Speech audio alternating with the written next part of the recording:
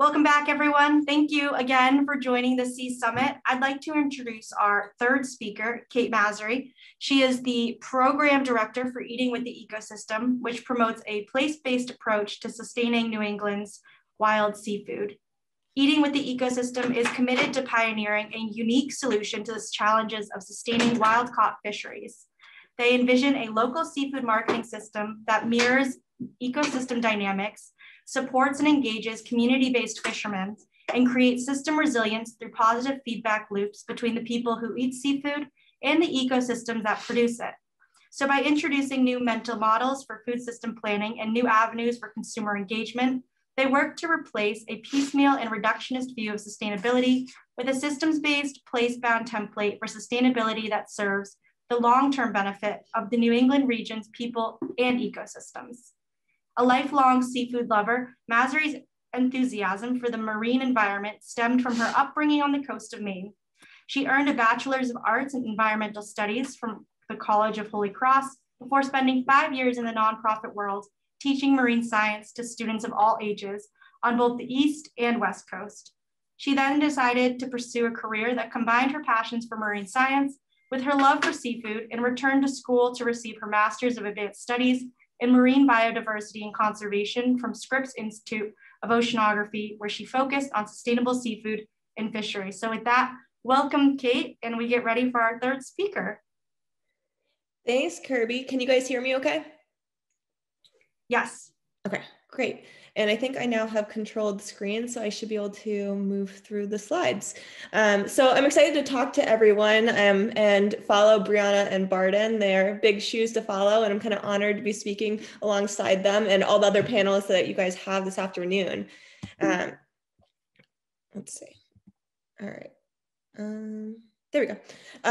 So as Kirby said, my name is Kate Masury. I'm the program director for Eating with the Ecosystem. And we're a small nonprofit. We're based in Rhode Island, and that's where I'm currently joining you from. But we do work all around New England to promote what we call a place-based approach to sustaining New England's wild seafood. And so today I'm going to be talking about kind of our views on sustainability and what a place-based approach is and how kind of underutilized species fit into this. And Barton and Bree talked a lot about kind of the aquaculture side and how that fits into the seafood sustainability world. And my presentation is going to be focused on the wild seafood world. So not that the aquaculture can't fit into that, but in terms of what we do, we focus on wild seafood. So at Eating with the Ecosystem, we have what we call our 5 anchors. And these are really our principles of a place-based approach to sustaining New England's wild seafood. And when we think about seafood sustainability, I actually think more about not the fish themselves being sustainable, but our actions as consumers and how we interact with that seafood in terms of sustainable actions. And so each of these anchors really kind of help explain what we mean by a place-based approach. So our first anchor is proximity. We want people to choose seafood from the ecosystem closest to them, or we sometimes say closest to your heart. So if you are out in the Midwest or someplace that is not New England, where you're not close to the coast, this can still apply to you. Really, we're based in New England and we focus on kind of the New England ecosystems, but I think that these principles can really be applied any place. And so when we think about proximity, we want you to eat local seafood. That's kind of what it comes down to. And we're lucky here in New England that we live close to 3 really productive marine ecosystems.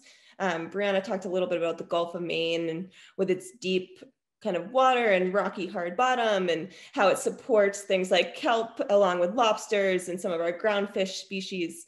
But we also have George's Bank, which despite being pretty far offshore, is relatively shallow waters and also supports kind of a wide variety of different finfish, as well as like a kind of really well-known scallop beds. And then we have the Mid-Atlantic Bight, and that kind of runs from around Cape Cod all the way down to the Carolinas area. And the Mid-Atlantic Bight is kind of an interesting one because it New England borders it or is part of it, especially our southern New England states like Connecticut and Rhode Island and Massachusetts. And it's really this migratory pathway where we have these warmer water species that spend part of their time, especially this time of year, down in the south, and then move up into our northern waters in the warmer months, and provide kind of a huge diversity of seafood for us to have access to. And so as consumers, we feel like it's really important that we eat kind of from our local ecosystems, because when you eat food that comes out of your local waters, you form a connection with that place that produced that seafood. And therefore you have a much bigger incentive to care about that ecosystem, and want to take care of it, want to make sure that you're eating from a healthy resource. In addition to, there's a lot of benefits to eating local foods in general. Food is traveling less far before it reaches your plate. And you're also supporting the community that actually is harvesting that seafood, or the businesses that are working within the supply chains to actually bring that food to you. And so I think that Anchor 1 is kind of the initial step for us, is we want you to eat local. But that brings us kind of to Anchor 2, and this is where our underutilized species tends to fit in. And so Anchor 2 is symmetry. We want you to eat not just 1 or 2 local species, but a diversity of them, so that you're balancing your diet with the ecosystem. And so what that looks like kind of in an ideal world is that, if 10% of the ecosystem was made up of lobster, 10% of your diet would be made up of lobster. If 5% of the ecosystem was made up of clams, then 5% of your diet would be made up of clams. Now, in the real world, that's not necessarily the case, and it can be very hard to figure out those exact percentages, and they're also going to constantly change. And so in reality, what we kind of suggest how you apply symmetry to your life is that you eat a wide diversity of local species instead of just eating those 1 or 2 more popular ones. And I think Barton kind of pointed out earlier, when we eat seafood, whether it's here in New England or across the country, we tend to eat kind of a few select species, shrimp, salmon, canned tuna, tilapia, or other kind of similar species to like flaky white fish. But there's so much more diversity out there. We've got those 3 kind of marine ecosystems that are producing over 100 different edible species that we could be enjoying. And a lot of times we're kind of ignoring a good portion of those and just choosing 1 or 2 of our favorites to actually serve at home or enjoy out on restaurant menus or at your local dining hall. And so for eating the ecosystem, we think it's really important that we align our diets with our underwater food webs, because this helps ensure both ecosystem health as well as food system resilience. And how that kind of works in terms of a place-based approach is that we're looking at the ecosystem as a whole versus looking at individual species as a whole in terms of sustainability. I think that when you see a lot of other sustainable seafood kind of campaigns out there, Monterey Bay Aquarium Seafood Watch is probably the big one that most people are familiar with. They'll red light or green light species based on whether or not they say that those species are okay to eat, or whether or not they're sustainable in their minds based on the criteria that they've come up with. And we aren't looking at things on a species level. Even if we all went out and ate, let's say scup, which is like a pretty productive species here in Rhode Island. It's fairly abundant. We catch a lot of it. So if we all went out and ate scup and ignored all the other fish that were out there, the population of scup would obviously be impacted, but the fish that eat scup would also be impacted. The fish that are eaten by scup would also, or the species that are eaten by scup would also be impacted. And so you have this kind of cascading effect on your marine food webs. But if instead of just eating scup, if we ate, everything that was out there, but kind of in proportion to their natural abundances, then you're going to allow those ecosystems and those food webs to function as they're naturally designed to, and allow them kind of to basically control how they naturally operate. And so you maintain a much more kind of balanced impact on the ecosystem as a whole. And so when, when we go to a fish market, most of the time, we walk into a fish market and you see a few kind of local species sometimes, maybe some lobsters, maybe some clams, maybe a flaky whitefish like cod or haddock. But a lot of times you also see kind of non-local species. This is a picture from a fish market in Maine on your bottom right-hand corner. And there's swordfish, which could be local to New England, but you aren't necessarily sure.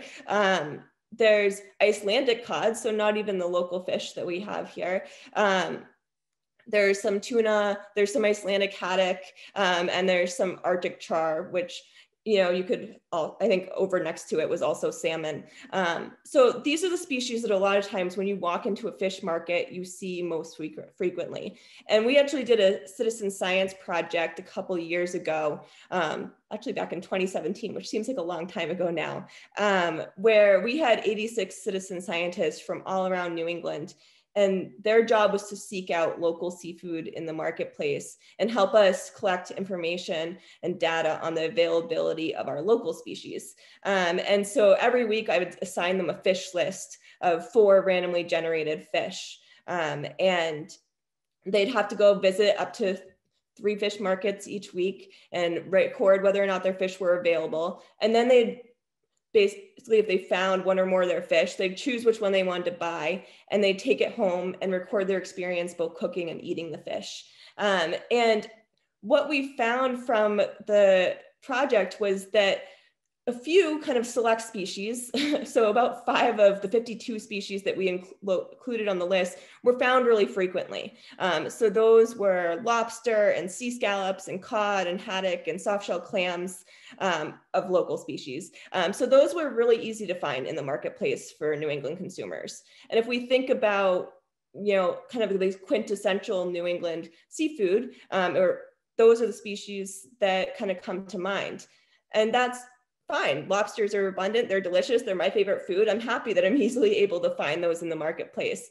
But what we also found was that the rest of the 47 of the 52 species were found less than 50% of the time. And at least 30 of them were found less than 10% of the time.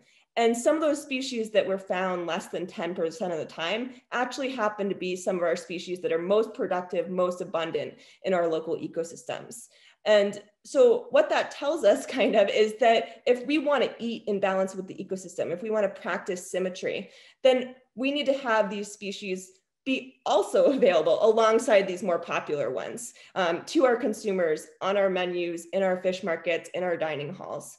And so some of the species that we're kind of missing out on, basically, it's not that they're not delicious species. It's not that they're not caught, actually. It's just we as consumers haven't really created much demand for them. And yet there actually can be incredibly delicious. So I know that UMass Dining serves some monkfish sliders. I think I tried one of the Acadian redfish dishes that they created before the COVID pandemic happened. And this is just a small portion of some of the species that we could be enjoying alongside these other more popular ones. So we see scup here and whiting and butterfish and squid and fluke, dogfish, pollock, all kinds of species that are actually really delicious and also pretty comparable to some of the species that we already do enjoy. Most people in a blind taste test can't really tell the difference between Atlantic pollock and haddock or cod or hake or cusk, or as Barton just lists off kind of all the different flaky white groundfish that we have in our local waters. And so we tend to favor a few select species, but in reality, we could be eating all these other really delicious species. A lot of times these are much more affordable proteins. And they're also incredibly delicious. And so these are really kind of some of our opportunity species.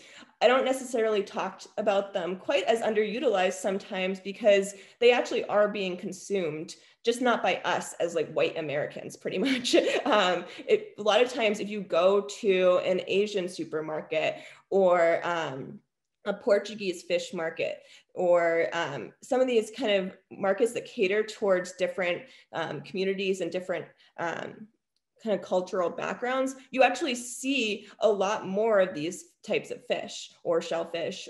And that's because these communities, a lot of times within their culture, they're used to cooking with whole fish, or they're used to cooking with kind of a wider diversity of species and eating kind of what's available from their own local waters. And so these fish don't seem weird to them. They don't seem like a bad choice at all. They seem like a really delicious, healthy protein that they can incorporate into their meals. And I think that we need to normalize for us and for our younger generations that these species could also be really delicious seafood species that we could be enjoying.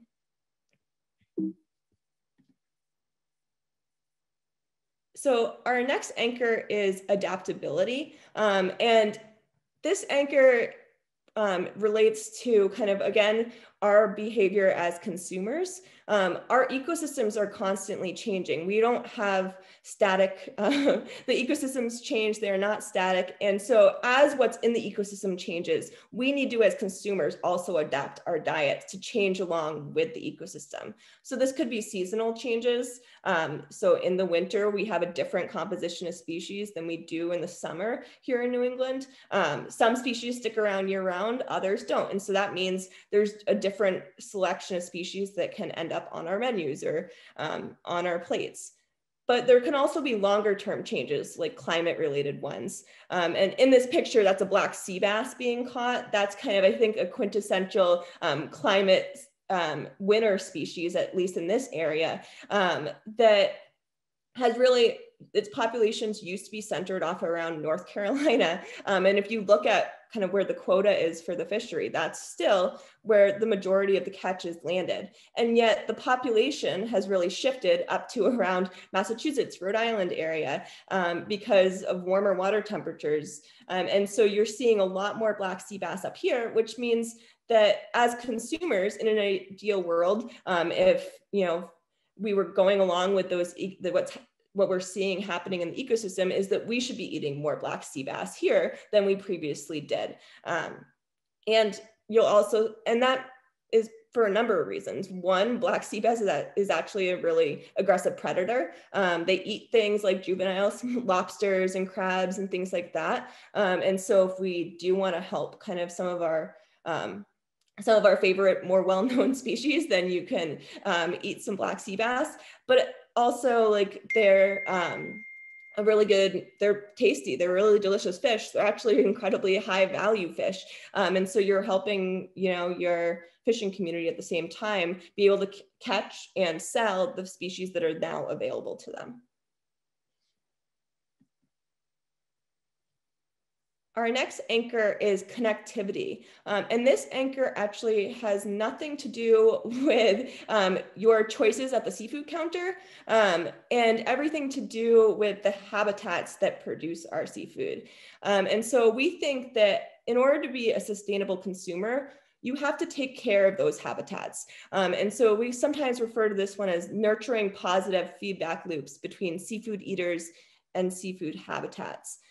Because our fish, they depend on healthy habitats to breed, to feed, to grow. And so as responsible consumers, as a sustainable consumer, then we also need to be marine stewards and make sure that our actions are not only not having negative impacts on our marine ecosystems that are producing our local seafood, but we're also having hopefully a positive impact, if anything. So that means supporting policies that do protect coastal ecosystems, making sure that we are not using chemicals or fertilizers or in our homes or on our lawns, making sure that eelgrass beds or kelp forests or are not destroyed or torn up kind of by different activities like running boats over them. And so for this one, it's less about your choices at the seafood counter, but more about your choices in your day-to-day life. And that can include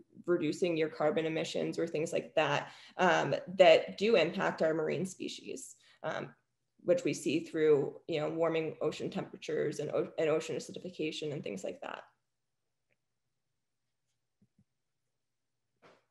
And then our last anchor is our community anchor. And we sometimes refer to this one as knowing your fishermen. We think that community-based fisheries really enhance the social, the ecological, the cultural fabric of our coastal communities, as well as kind of our inland communities. It's part of our heritage here in New England to have fishing communities and have, it's a huge part of our economies. And we really look to our local fishermen, not just as kind of the people that go out and harvest our seafood and bring it, to shore for us to enjoy, but also some of our greatest marine stewards. They're the ones that are out there on the water almost every single day in bad weather or good weather.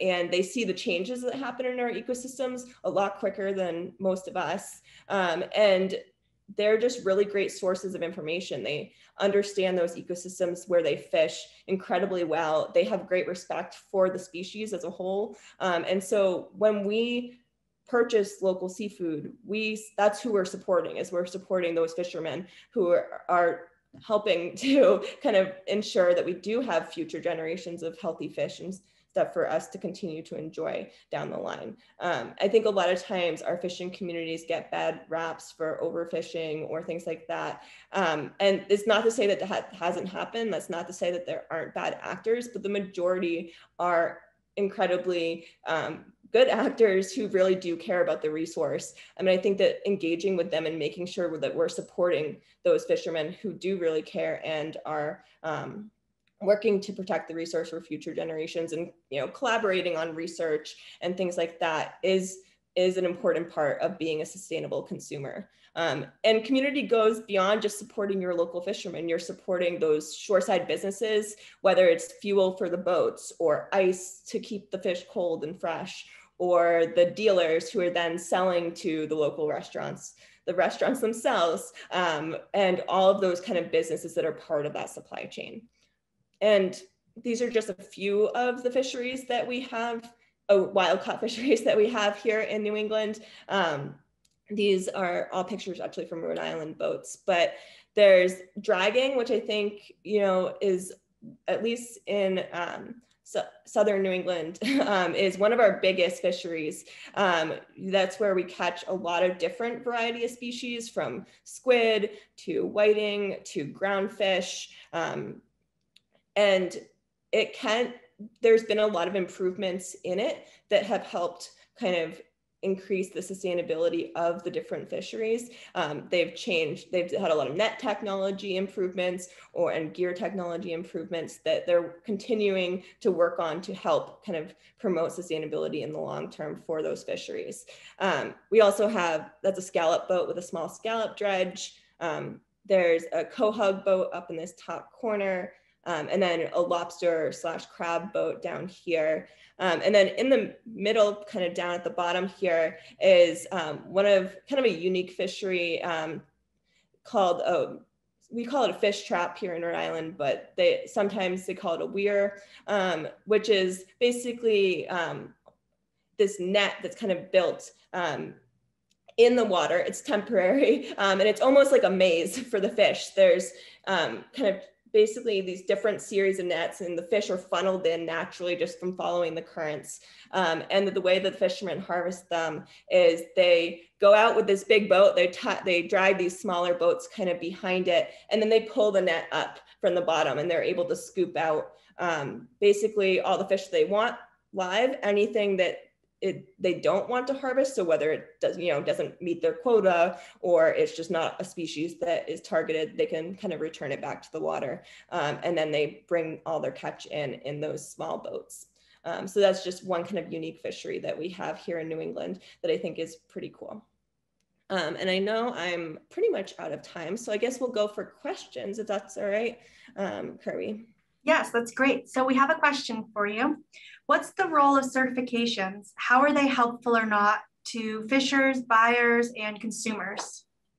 Yeah, so seafood certifications, just like any food certification, so if you think of like the organic label or something like that, they help consumers in terms of providing information to them that let them know, like basically certain criteria was met for that food to be labeled that way. And so in the case of the organic label, that lets you know that, certain chemicals were not used in, preventing pests or things like that. I mean, there's a bunch of other things that it lets you know. The same applies for seafood eco labels or certifications. And so that's nice for a consumer. If you don't know much about the fish or the shellfish and you see that certification, you can look up, what that certification means in terms of criteria, and you can know, okay, yes, that fish was harvested in a certain way that meets these criteria. That doesn't mean it's the end all be all of sustainability. And so just like with organic label, there's some local farms that I know don't use any chemicals or fertilizers or they're bad chemicals or certain type, fertilizers or things like that. They use very natural practices, but they don't necessarily have the organic label because they can't afford to be certified. Typically, to be certified in any kind of eco label type situation requires a fairly intense process and a lot of money. And some smaller operators can't afford to do that. So it doesn't mean that their produce isn't as good. And same for fisheries. It doesn't mean that that fish isn't necessarily as sustainable as that one with the label, but you have to do a little bit more work to find that out. And so I think that's where trusting your fishmonger, the person selling the fish to you, or knowing your fisherman or things like that can help, because you might know that fisherman harvests the fish in a certain way that like is very sustainable. Maybe he has a fish trap, or the lobsters, that local lobsterman or things like that. And so I think that eco labels can be helpful for a consumer if you know very little about your seafood, but they aren't kind of the end all be all of sustainability. There's a lot of options that don't include those certifications. Great, thanks, Kate. So we actually have a couple other questions for you, but I think we're gonna have to wait till the end after the panelists just because we're running out of time. But we're going to have a final Q&A opportunity after our panel. Thanks again, Kate, for sharing your expertise with us. How do we learn more about eating with the ecosystem? So we have a website, it's eatingwiththeecosystem.org, so .org, and we've got all kinds of information on there, as well as a whole bunch of recipes and resources for people who are interested in cooking more local seafood at home, especially some of these species that you might be a little less familiar with.